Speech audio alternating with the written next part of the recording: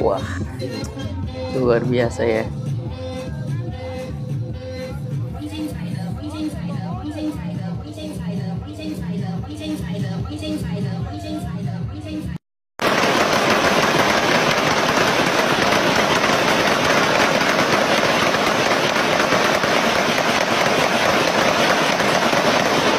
Mon Dieu, qui parlera encore de ces Kuluna? Vraiment, ça, c'est plus que bizarre. Le journaliste Patrick Adonis a été sauvagement assassiné par des bandits appelés Kuluna. D'après des témoignages, Patrick Adonis a été tué à coups de machette. Ses bourreaux lui ont crevé les yeux, la tête quasiment écrasée. Mais comment l'expliquer? Fils unique de sa mère et de son père, Patrick Adonis Numbi était battu jusqu'à sa mort. Il était le célèbre journaliste à la radio Pamoja TV, émettant depuis la ville de Lubumbashi. L'illustre disparu laisse derrière lui une veuve au terme de leur mariage qui n'aura duré que 8 mois. En tout cas, les Kuluna n'ont pas de cœur. Pas seulement lui. En novembre 2024, une autre journaliste est également tombée dans le filet des délinquants appelés Kuluna, cette fois à Kinshasa. Jemima Mogwo Mambasa, journaliste à la radio-télévision nationale congolaise RTNC, a été agressée et morte dimanche 24 novembre à l'hôpital du Cinquantenaire à Kinshasa où elle avait été admise. L'incident s'était à l'époque produit sur l'avenue de la Libération, non loin du camp Kokolo, alors que la journaliste était en quête d'un moyen de transport pour rejoindre son domicile. C'était la nuit après son journal. En tout cas, la décision du ministre de la Justice est meilleure. Et vous, l'exécution et la peine de mort pour les Kuluna est-elle bonne ou mauvaise? Vos réponses en commentaire et abonnez-vous pour plus.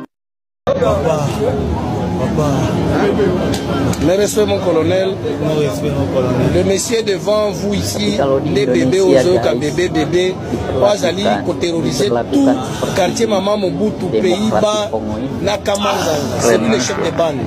Pour votre information, mon colonel, monsieur Nakangaye, Akendati Kanya Makasese, la première vague. Alors on ne sait pas par quelle magie il s'est retrouvé encore ici à Kinshasa. Oyo kaka sangunga na yo tomatati kama nza mon colonel pour akolukaye ye yo lelo na ngai ya souci à tomatens de bakwene na tongo. Alors vraiment mon colonel a une implication dans la tindeli vidéo oyo. Ce monsieur doit être assigné kaka lelo oyo na tribunal a passé la peine de mort le kola balinga bazozo yango. Et ça nous n'accepterons pas. Nous n'allons pas accepter un seul instant que des règles. Population Lembi passe de ali na guerre na est na Rwanda yo bazo attaquer mboka tous aller sous na guerre na Kuluna. Wah, mantap ya. Assalamualaikum warahmatullahi wabarakatuh guys. Jumpa lagi bersama saya Adam Jeep hanya di podcast Adam Jeep. Kita akan membahas hal-hal yang lagi viral, hal-hal yang lagi trending, hal-hal yang lagi digonjang-ganjing di media sosial ataupun di platform digital. Nah, kali ini kita akan membawa ke sebuah negara nih, informasi tentang Republik Demokratik Kongo. Wow, kalau kita berbicara Demokratik Kongo ya, itu kan negara yang kaya akan sumber daya. Tapi masyarakatnya masih miskin.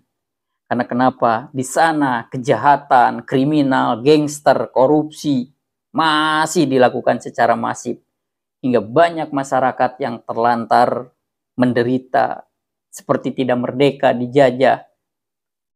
Di atas 20 tahunan menderita. Tapi lagi-lagi nih guys, gara-gara dilantiknya tanggal 29 Mei 2024, yaitu Constant Mutamba, Menteri Kehakiman Demokratik Kongo. Wow, keren banget guys. Banyak sekali para bagundal, para preman, koruptor yang mengatasnamakan dirinya tim kejahatan atau gangster lah kalau tepatnya ya.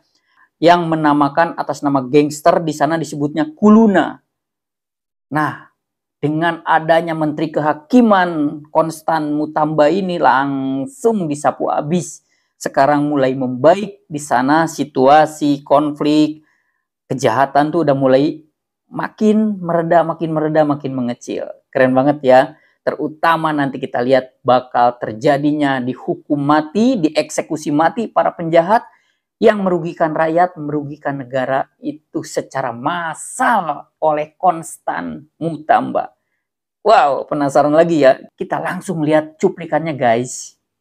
Penemuan gunung emas yang diperebutkan oleh warga setempat. Pada akhir Februari 2021, ditemukan gunung emas yang terletak di desa kecil Luihi di Provinsi Kivu Selatan, Kongo. Penemuan ini menggemparkan warga setempat dan warga pun langsung membanjiri gunung tersebut untuk memperebutkan emas hingga terjadi konflik antar warga yang berujung korban. Dilansir oleh BBC, kandungan emas di tanah gunung itu mencapai 90%. Negara terbesar kedua di Afrika ini berpotensi menjadi salah satu negara terkaya di muka bumi karena bukan hanya emasnya saja. Kongo juga dikenal dengan berlian, kobalt, hingga minyak bumi. Bahkan produksi uranium Kongo termasuk yang dipakai untuk meracik bom atom yang menghancurkan Hiroshima dan Nagasaki, Jepang.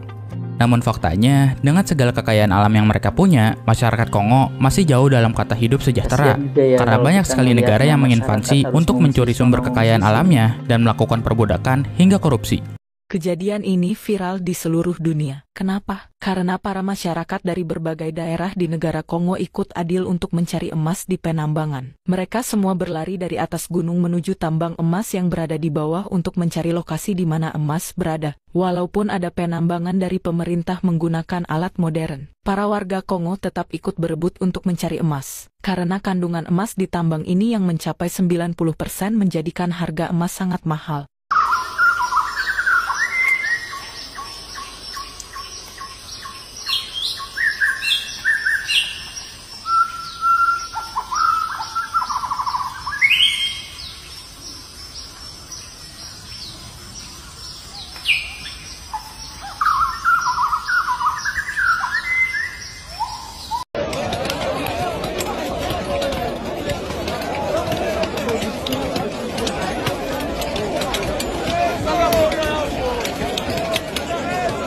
Kasihan juga ya kalau kita melihat masyarakat di sana banyak yang menderita seperti itu ya guys.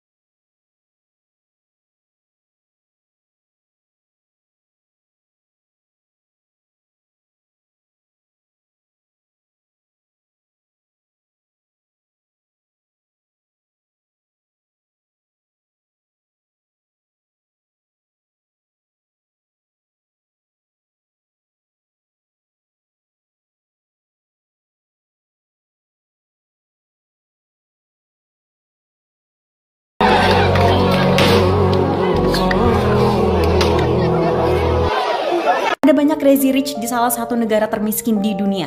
Kok bisa? Republik Demokratik Kongo adalah salah satu negara paling miskin di dunia.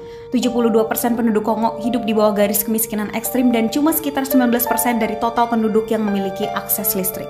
Tapi, tercatat 6% penduduknya masuk ke dalam kategori crazy rich. Loh, kok bisa? Ini karena Kongo punya potensi sumber daya alam yang besar, seperti kayu, masyarakat minyak, Indonesia gas kalau alam, kita mineral tinggal di tambang, Kongo, dan masih ada yang banyak mau lagi. nggak ya? Sektor pertambangan bahkan nyumbang sekitar 32% dari total PDB nasional. Tapi, kekayaan alam ini nggak bikin penduduknya makmur karena didominasi investor asing. Oke guys, YouTube balik semua, kita lihat ya video-video tadi. Sebetulnya Kongo ini negara kaya seperti Indonesia akan kekayaan sumber daya alam. Bayangkan loh, di sana itu dari mulai berliannya terkenal karena masih daratan Afrika.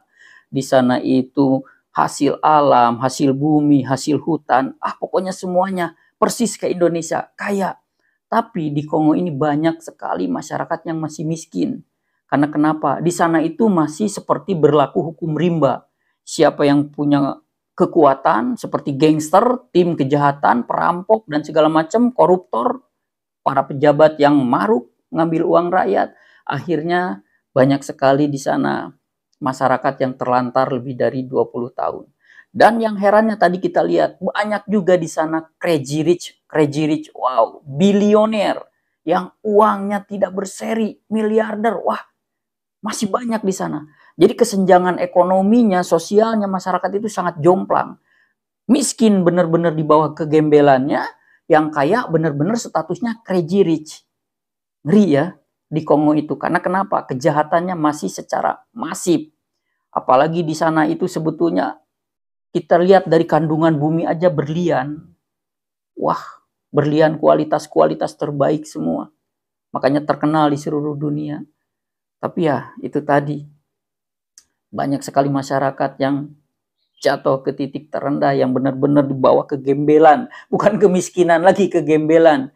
Tapi lagi-lagi negara-negara yang emang belum tegas terhadap kejahatan pasti akan menderita. Walaupun secara sumber daya alamnya mereka mencukupi. Kita lihat Indonesia pun sama, negara kaya raya secara sumber daya alam. Apa sih yang nggak ada di Indonesia, ya kan?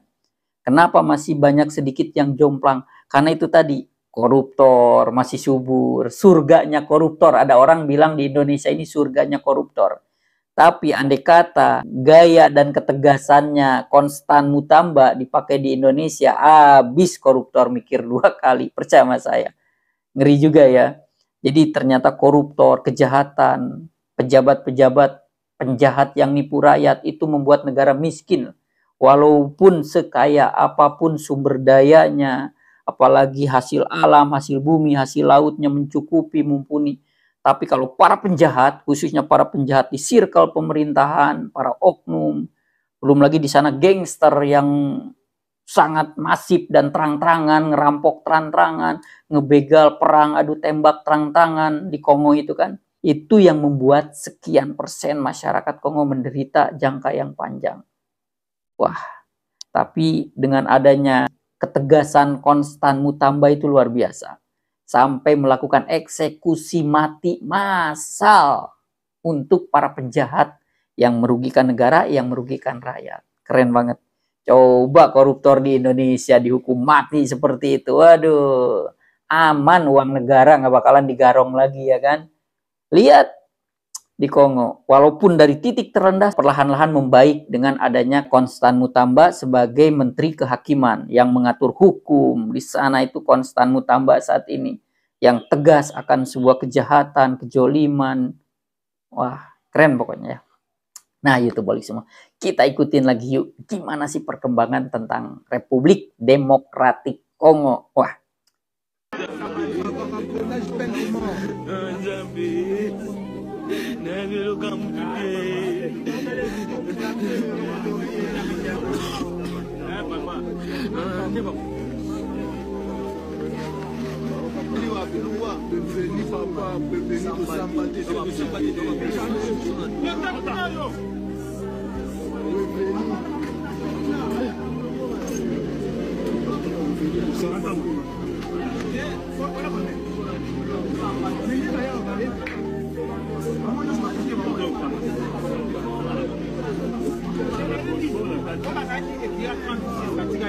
Ngeri ya kalau kita lihat seperti ini.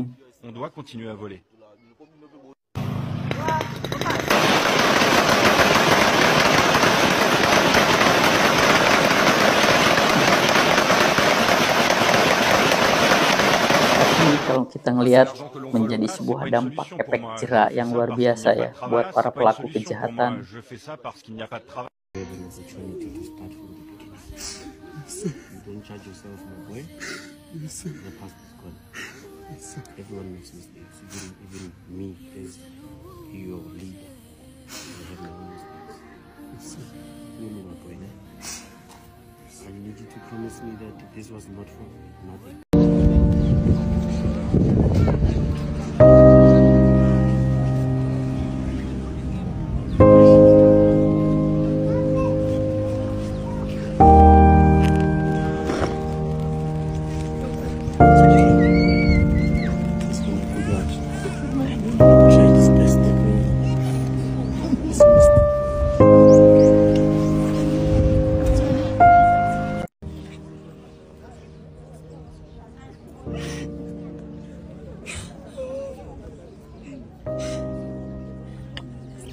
Kasihan juga ya, sampai nangis-nangis.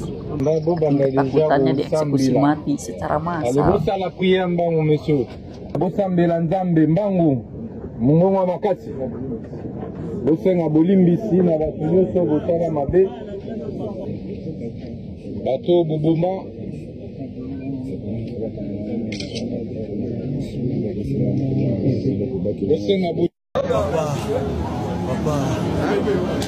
respect mon colonel. Le monsieur devant vous ici, des bébés aux yeux, bébé, pas aller terroriser tout quartier Maman Mobutu, Pays-Bas, Nakamanga. C'est lui le chef de bande.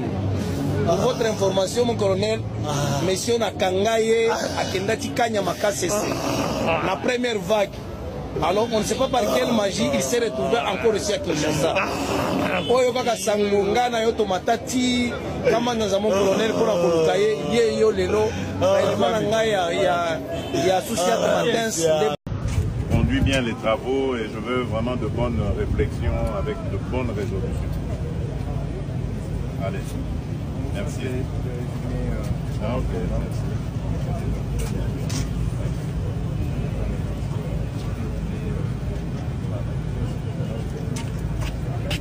Ok, merci.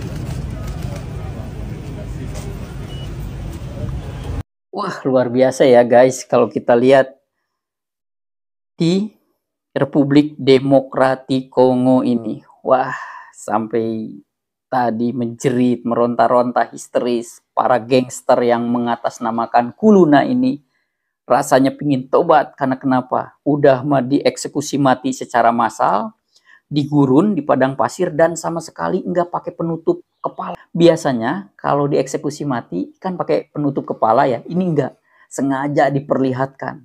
Makanya pas ngeliat tadi ngejejer lebih dari 30 orang dihukum mati, itu jadi ada gelombangnya. Jadi totalnya itu ratusan tersangka yang harus dieksekusi mati, ngikutin gelombangnya. Kita lihat YouTube balik semua di negara Republik Demokratik Kongo ini. Kali eksekusi mati kayaknya lebih dari 20 orang. Nanti nyusul lagi gelombang kedua, gelombang ketiga, gelombang keempat. Nah, inilah yang membuat dampak efek jerak untuk koruptor, untuk gangster, pokoknya segala sesuatu yang berbau kriminal, yang merugikan rakyat, yang membuat rakyat menderita, harus dikasih efek jerak. Kalau di kita kan enggak. Udah kebayang, korupsi sekian, paling dihukum sekian tahun. Besok-besok masa hukuman habis, disitulah baru menikmati hasil korupsi secara hakiki. Kapan koruptor menikmati uang hasil korupsi secara hakiki? Nanti setelah dia menebus dari penjara, bebas dari penjara, pulang ke rumah, serasa dosa dan hukumannya udah ditebus kepada negara, yaitu hak kebebasan hidupnya diambil sekian tahun, disitulah dia baru menikmati hasil korupsinya secara hakiki guys, secara indah, secara endehoy. Nah, makanya di sini wajar kalau korupsi itu dijadikan sebuah profesi yang menjanjikan, gitu. Gak ada efek jerak. Bayangkan loh, di Kongo itu ya, kejahatannya itu mereka sampai punya senjata sendiri. Makanya mengatasnamakan mereka itu Kuluna. Benar-benar diberondong pakai AK-47 buatan Rusia, pakai senjata-senjata mesin lainnya. Tapi mereka menjerit, menangis sejadi-jadinya, meronta-ronta. Ngelihat ketegasan dari Konstan Mutamba. Wah, di Indonesia apalagi yang senjata itu ketat di kita itu. Kalau koruptor dihukum mati di kita, jedar. Apalagi contohnya dipublish di semua media seluruh Indonesia, terjadinya eksekusi mati secara massal para koruptor, garong-garong negara, dijamin. Andai kata nih pejabat di atas mejanya ngegeletak ratusan miliar, milih 2 kali, ya kan? Akhirnya mereka harus disiplin dan jujur, karena itu uang rakyat, uang negara. Itulah wajib diberikan efek dampak yang sangat membuat mereka jerak. Efek jeraknya harus ada gitu. Kita kembali lagi YouTube balik semua. Kalau kita lihat di Republik Demokratik Kongo ini, semenjak Mei 2024, yaitu diangkatnya, dilantiknya Konstan Mutamba sebagai Menteri Kehakiman di Kongo, langsung kejahatan itu meminimalisir, terus mengecil. Karena tegas sekali, tidak ada ampun. Mereka nggak pakai perasaan, karena kejahatannya juga sudah tidak memberikan perasaan kepada saudara-saudaranya, kepada rakyatnya, kepada Republik Demokratik Kongo tersebut. Mereka keji, kejam loh. Bener-bener main bantai, main tembak, main berondong. Begitupun ketegasan dari Konstan Mutamba. Tidak ada dinding aling-aling. Bayangkan, ngejejer lebih dari 20 orang sekali eksekusi mati loh. Pakai mungkin senjata mesin AK-47 lah buatan Rusia minimal. Dengan jarak yang gak jauh loh. Saya yakin itu peluru tembus ngelewatin badan. Jadi ke badan tuh punten lewat. Cedor. Mati di tempat. Bayangkan YouTube balik semua yang mengatasnamakan dirinya kelompok Kuluna yang begitu kejam, bengis, sadis. Tapi di saat ngelihat ketegasan Konstan Mutamba, mereka nangis kayak anak kecil. Mereka menyesal. Nah, Indonesia pun kalau saya berharap ada efek jerak buat para koruptor. Buat para pelaku kejahatan apapun itu yang biadab, yang merusak kesejahteraan rakyat. Yang menggarong uang negara, yang membuat rakyat sakit dan miskin. Itu harus dipakai di Indonesia agar ada efek jerak. Saya yakin kalau seumpama seperti di Demokratik Kongo tadi ya, kita video-video yang diberondong itu oleh pemerintah karena pelaku kejahatan. Dijamin tes, mau di kepala bagian, mau di pemimpin daerah, geletakin deh 20 miliar di atas mejanya. Yakin mereka mikir 1000 kali. Gitu. Karena kalau menurut analisa saya, sekarang masyarakat Indonesia, khususnya para oknum, para penjahat, para koruptor, mereka udah berspekulasi, mereka udah bisa melihat berapa hukuman yang saya akan alami, alokasi untuk ya uang-uang sulap-selip dan segala macam, hingga nanti diponis sekian, oke, jalanin, anggaplah menderita sementara. Justru para koruptor itu dia menikmati hasil korupsinya setelah bebas dari penjara. Karena mereka secara hakiki menikmatinya tanpa ada rasa malu ataupun rasa hina di depan masyarakat banyak. Oke, YouTube balik semua itu tadi ya, perubahan yang signifikan loh. Negara Demokratik Kongo ini yang begitu menderitanya jangka panjang. Tapi setelah masuknya sosok seorang Konstan Mutamba, sekarang lagi viral, sekarang lagi viral di berbagai media sosial, di berbagai platform digital, dipublish. Gimana tegasnya, gimana sakleknya eksekusi-eksekusi hukuman yang sangat berat buat para pelaku kejahatan di negara Republik Demokratik Kongo tersebut. Akhirnya negaranya mulai membaik. Oke, YouTube balik semua, ikutin terus dan pantengin konten-konten terbaru dari Adam Jeep. Ingat podcast Adam Jeep. Di sini kita akan mengupas tuntas semua masalah dalam kehidupan manusia. Semua problematika di setiap kehidupan. Karena kenapa? Seberat apapun masalah, pasti ada solusi yang terbaiknya. Cuman masalah akan dianggap berat karena kita belum menemukan solusi yang terbaik. Jangan lupa YouTube balik semua, dukung terus channel Adam Jeep, subscribe, like, dan komennya. Khususnya support melalui super chat, super thank, super stiker, dan gabung di komunitas Adam Jeep. Sehat selalu, berkah, dan rezekinya melimpah. YouTube balik semua dimanapun berada. Saatnya Adam Jeep pamit mundur. Wassalamualaikum warahmatullahi wabarakatuh.